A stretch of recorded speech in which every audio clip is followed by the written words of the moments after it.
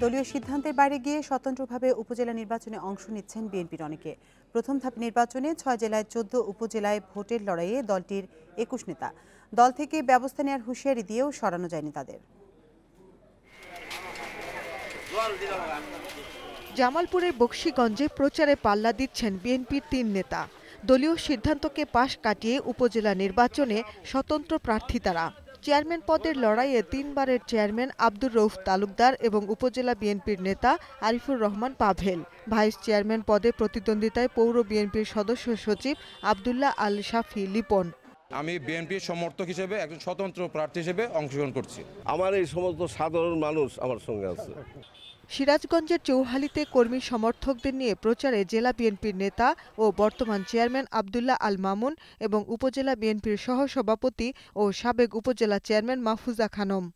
স্থানীয় জনগণের দাবির প্রেক্ষিতে জোর তাদের একটা চাহিদা থাকার কারণেই তারা আমাকে আপনার স্বতন্ত্র প্রার্থী হিসেবে নির্বাচনে প্রতিদ্বন্দ্বিতায় নামিয়ে দিয়েছে। হবিগঞ্জের ৪ উপজেলায় স্বতন্ত্র প্রার্থী বিএনপি নেতারা। মাধবপুরে উপজেলা বিএনপির সভাপতি সৈয়দ মোহাম্মদ শাহজাহান, চুনারুঘাটে উপজেলা বিএনপির সভাপতি সৈয়দ লিয়াকত হাসান, বানিয়াচংয়ে জেলা বিএনপির সহসভাপতি মঞ্জুর উদ্দিন আহমেদ শাহিন ও আজমিরীগঞ্জে লড়ছেন উপজেলা যুবদলের সাধারণ সম্পাদক খালেদুর রশিদ ঝলক। সুনামগঞ্জের বিশ্বম্ভরপুর উপজেলায় জেলা বিএনপির নেতা ও বর্তমান চেয়ারম্যান হারুনুর রশিদ, তাহিরপুরে জেলা বিএনপির সহসভাপতি আনিসুল হক, দক্ষিণ সুনামগঞ্জে জেলা বিএনপির সহসভাপতি ফারুক আহমদ ও দোয়ারা বাজারে উপজেলা বিএনপির সাবেক সাধারণ সম্পাদক হারুনুর রশিদ চেয়ারম্যান পদে প্রতিদ্বন্দ্বিতা করছেন।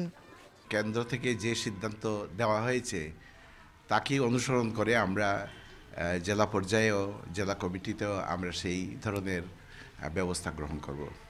কুড়িগ্রামের নাগেশ্বরী, রৌমারী ও রাজারহাট উপজেলায় চেয়ারম্যান ও ভাইস চেয়ারম্যান পদে স্বতন্ত্র প্রার্থী হয়েছেন বিএনপির ৭ নেতা। পঞ্চগড় সদরে চেয়ারম্যান পদে প্রতিদ্বন্দ্বিতায় আছেন উপজেলা বিএনপির সভাপতি আবু দাউদ প্রধান। Shahnaz Parvin, independent news.